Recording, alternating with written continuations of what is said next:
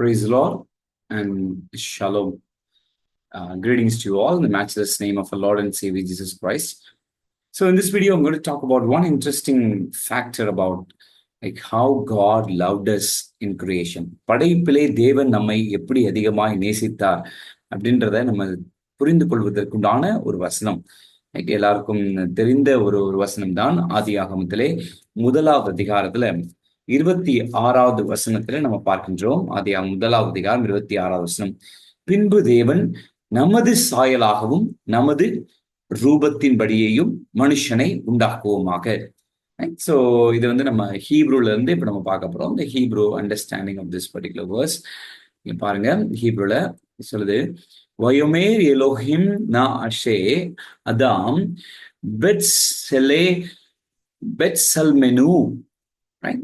And then கித்மூட்டெனு, right? கித்மூட்டெனு. ரெண்டு இங்க முக்கியமான வார்த்தை பார்க்கிறோம். செலேம் and then தெமூத் அப்படின்ற ரெண்டு முக்கியமான வார்த்தை. இந்த செலேம் அப்படின்ற வார்த்தையினுடைய அர்த்தம் என்னோட சொன்னால், அதாவது நம்முடைய தமிழ்ல சாயல் அப்படின்னு போட்டிருக்குது.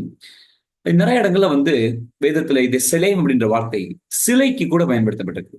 ஒரு சிலையோ அல்லது ஒரு சுரூபத்திற்கு, சுரூபம் சொல்றாங்க, அதற்கு இந்த வார்த்தை பயன்படுத்தப்பட்டிருக்கு.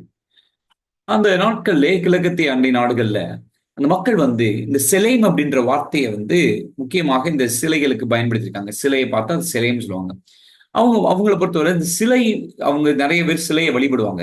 அந்த சிலையை வழிபடுறப்ப அந்த சிலையை பார்த்து அது கடவுள் நினைக்கிறத காட்டிலும் அந்த கடவுளினுடைய ஒரு ரெப்ரசன்டேட்டிவ், அந்த கடவுளுடைய பிரதிநிதி மாதிரி இந்த சிலையை பார்ப்பாங்க. இந்த சிலையிட்ட போய் அவங்க என்னென்னலாம் வச்சு அவங்க கும்பிடுறாங்களோ அதை கும்பிடுறப்ப அவங்க என்ன அர்த்தம்னா இந்த மகிமையெல்லாம் அந்த கடவுளுக்கு போகுது அப்படின்ற மாதிரி நினைச்சாங்க. சோ அப்படின்னா என்ன அர்த்தம், அந்த காணப்படாத அந்த கடவுளுடைய அந்த ஒரு மகிமை இந்த சிலையின் மூலமாய் நமக்கு காண்பிக்கப்படுகிறது அப்படின்னு அவங்க என்ன செஞ்சாங்க, மக்கள் அந்த காலங்கள்ல மற்ற விக்கிரகங்களை வணங்குறவங்க நினைத்துக் கொண்டிருந்தார்கள். ஆண்டவர் சொல்றாரு, ஆண்டவர் சொல்றாரு, இந்த உலகத்துல நீங்களும் நானும் தான் அந்த செலேம். அதே வார்த்தை தான் செலேம். நீங்கள் நானும் எப்படி இந்த மக்கள் இந்த சிலையை பார்த்து இந்த சிலை தான் இந்த கடவுளுடைய ஒரு பிரதிநிதி மாதிரி பாக்குறாங்களோ, ஆண்டவர் சொல்றாரு, படைப்புல அழகா இஸ்ரேல் மக்கள் சொல்லிக் கொடுக்கிறாரு, நீதான்ப்பா அந்த பிரதிநிதி. காணப்படாத அந்த தேவனுடைய மகிமையின் சாயலாய் உங்களை மண்ணையும் இந்த பூலோகத்துல வைத்திருக்கிறார். எனவே மக்கள் உங்களை மண்ணையும் பார்க்கிறப்ப கடவுளுடைய ஒரு 3D மாதிரி பாக்குறாங்க. நீங்கள் நானும் அவருடைய ஒரு மகிமையாய் இந்த உலகத்துல என்ன செய்கிறோம், இருக்கின்றோம். So you and me are the Selem of the living God. அப்போ உங்களுக்கு எனக்கும் ஒரு பெரிய ரெஸ்பான்சிபிலிட்டி என்ன செய்கிறது இருக்கின்றது, அவருடைய மகிமையை இந்த உலகத்திலே வெளிப்படுத்துவதற்காக, அவரை வெளிப்படுத்துவதற்காக.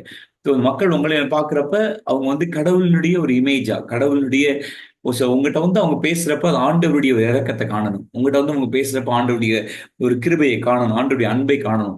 ஏனென்றால் நாம் அப்படி உருவாக்கப்பட்டிருக்கிறோம். எனவே சாயல்ன்றப்ப வெறுமனே கண்ணு மூக்கு காதுன்றதை காட்டிலும் நம்ம அவரை நான் காண்பிப்பதற்காக இந்த உலகத்தில் இருக்கிறேன் அப்படிப்பட்ட ஒரு நினைவோடு நம்ம என்ன செய்யணும், இருக்கணும்னு சொல்லிட்டு ஆண்டவர் எதிர்பார்க்கிறார். So that's what we're learning Selem. ஏசாயா அது ரொம்ப அழகா சொல்லுவாரு. இன்னைக்கு அநேக நேரங்களில் இஸ்ரவேல் ஜனங்கள் பாபிலோன் தேசத்துக்கு சிறைப்பட்டு போறப்ப அவங்க போயிட்டு மத்த சிலைட்ட முன்னாடி போய் நினைக்கிறாங்க, எங்களை காப்பாத்து பேல்ட்டையும் நேபோட்டையும் போய் நினைக்கிறாங்க. ஆண்டவர் சொல்றாரு, come on man, you are the Selem. நீ தான் அந்த ஒரு சாயலா இருக்கிறாய். அநேகர் கடவுளிடமாய் அந்த வழி, அந்த விடுதலைக்காக ஓன்ட்ட நிக்கணுமே ஒழிய நீயே போய் வேற ஏதோ சிலைக்கு முன்னாடி போய் நிக்க கூடாது. ஏசாயா அதை ரொம்ப அழகா சொல்றாரு. ரைட், இஸ்ரேல் மக்களுக்கு ரொம்ப புரிந்து கொள்ற மாதிரி 40ல இருந்து 66வது அதிகாரம் வரைக்கும் ரொம்ப இந்த கான்செப்ட் ரொம்ப அழகா சொல்லுவாரு. எப்படி தேவையில்லாத இந்த மாதிரி சின்ன சின்ன சிலைகளுக்கு முன்புதான் நினைக்கிறீங்க, பட் யூ ஆர் த சிலை. People has to come to you, right, to know the living God. Right, ஜீவனுள்ள தேவனை புரிந்து கொள்ளத்தக்கதாக அவங்க உங்ககிட்ட வரணும். Right? They should see God's characteristic in you. So it's such a beautiful word, Selem. Demuth அப்படினாலுமே likeness, அவருடைய ரூபம். இது ரெண்டுமே ஒரே மாதிரி synonymous வார்த்தை தான். So it's so beautiful. அதனால இந்த வசனத்துல இருந்து பார்க்கிறோம், God has created you as his Selem. So உங்களுக்கு ஒரு பெரிய ஒரு ரோல் இந்த பூமியில ஆண்டவர் வச்சிருக்கிறார். இயேசு கிறிஸ்துவும் கூட பவுல் சொல்லுவார் கொலோசியர்ல, அவர் இந்த தேவனுடைய சாயலா இருக்கிறாராம் இயேசு கிறிஸ்துவும் கூட. அப்படின்னா அர்த்தம், தேவனுடைய சாயல்ன்றப்ப அவருடைய தெய்வீக தன்மைன்றதை காட்டிலும் தேவனுடைய சாயலே அவர் ஒரு மனுஷனா இருக்கிறார்ன்றதை காண்பிக்கின்றது. ஏனென்றால் ஆண்டவர் மனுஷனே எப்படிதான் படிச்சிருக்காரு, தேவனுடைய சாயலாக படிச்சிருக்கிறார். அப்ப இயேசு கிறிஸ்து இங்க பூமியில வரப்ப அவர் தேவனுடைய சாயல் என்று சொல்லும் பொழுது அவர் ஒரு மனிதனாய் வந்திருக்கார் என்ற அர்த்தம். சோ இயேசு கிறிஸ்து வந்து தேவனுடைய சாயலா இருக்கிறவர்கள் எப்படி வாழ்வார்கள் என்பதற்கு ஒரு பெரிய முன்னுதாரணமாக இந்த உலகத்துல வாழ்ந்துட்டு போயிருக்கிறார். இயேசுவை பார்த்தவர்கள் பிதாவை, தேவனை கண்டார்கள், தேவனுடைய குணாதிசயங்களை கண்டார்கள். த சேம் வே இன்னைக்கு இன்னைக்கு உங்களை பார்க்கிறவங்களும் தேவனுடைய மகிமையை காண வேண்டும், தேவனுடைய பண்புகளை காண வேண்டும். And May the Lord good Lord bless you. So உங்களுக்கு எனக்கு ஒரு பெரிய ரெஸ்பான்சிபிலிட்டி இந்த உலகத்துல இருக்குது.